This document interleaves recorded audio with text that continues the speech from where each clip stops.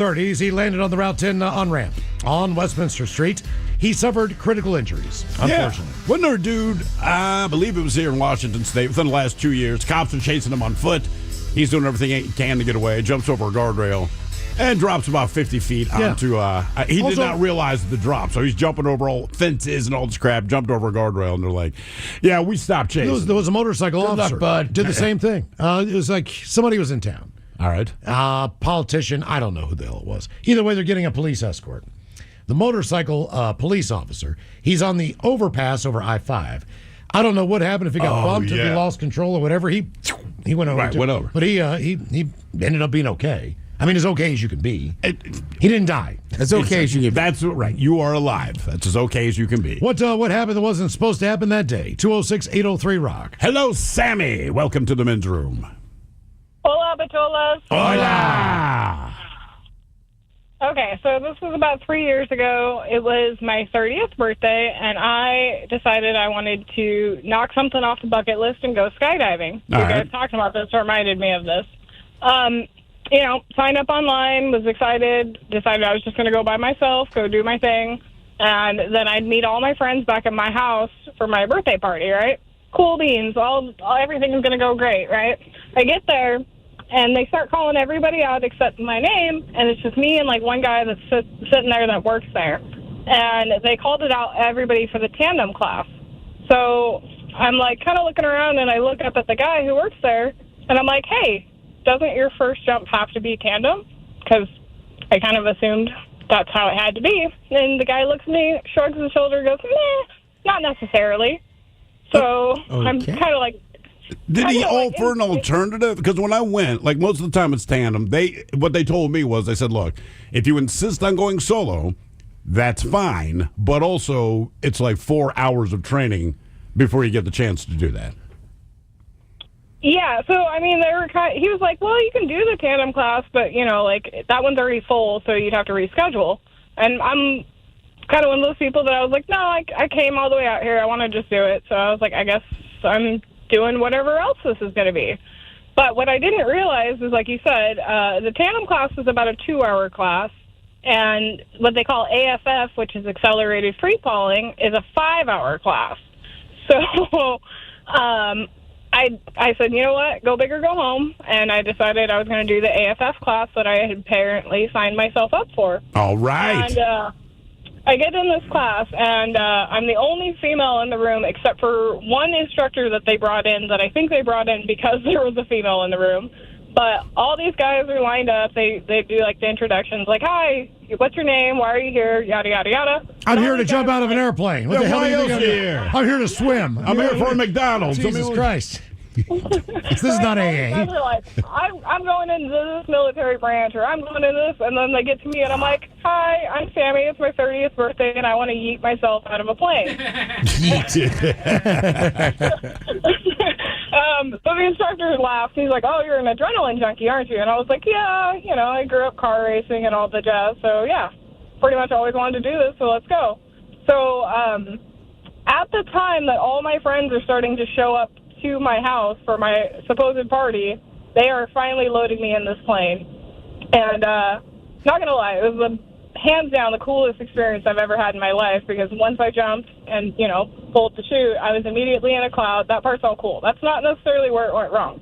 Where it went wrong is I had a blue suit with a yellow chute, and there was another guy that was jumping at the same time that had the reverse.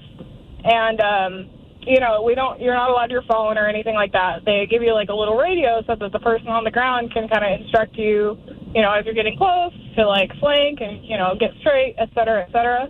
Well, he keeps calling the other guy's name and telling him like, hey, you need to straighten out. You need to straighten out. And I'm coming in a little bit hot because I am just going, balls to the wall, for lack of a better term.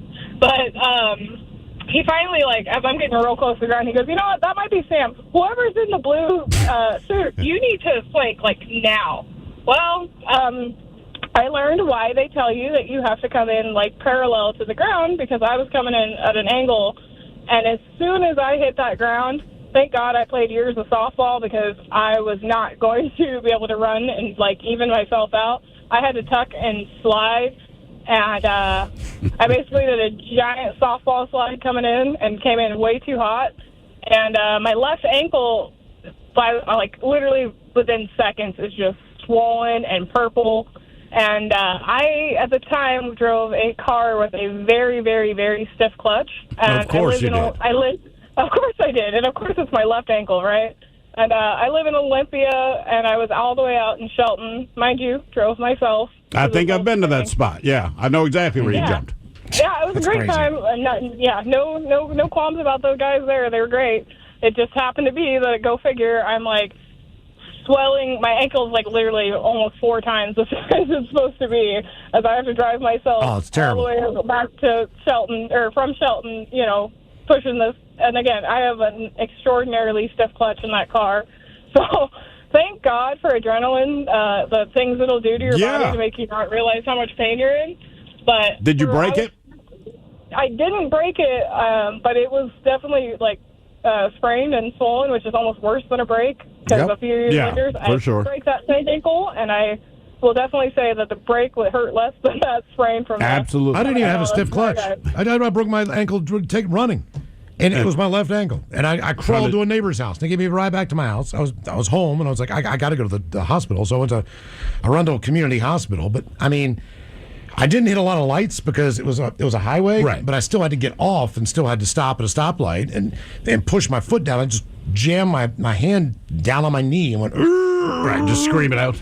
No, I mean, it wasn't as bad as yours, based on I didn't have a stiff clutch. Well, you didn't fall out of the sky. Correct. Yeah. Let me ask you, I got 2 questions for you. One, since you did the solo jump, how long did it take you to psych yourself up to jump out of the plane? Oh, I was so ready to go. I was stoked.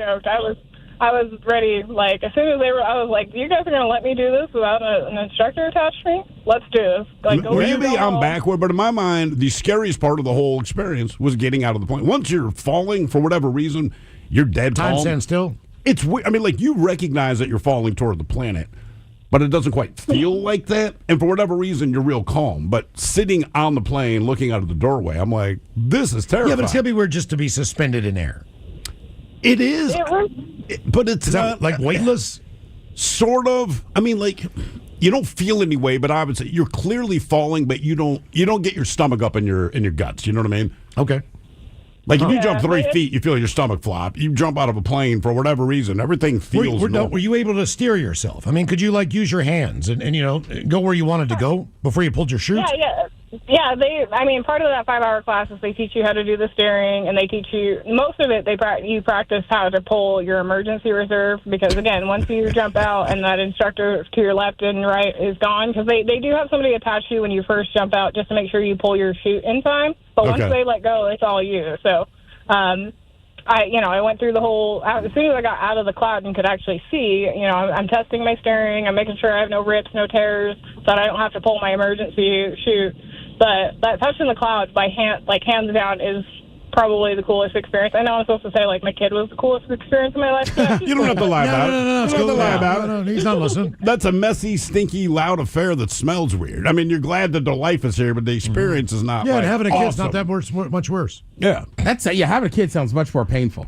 It is. We were talking about it over the weekend. It's an awful moment for everyone involved. Yes, you brought a life into the world, and that's the part you like. But everything leading up to it, and for about 30 minutes after that, it's gross.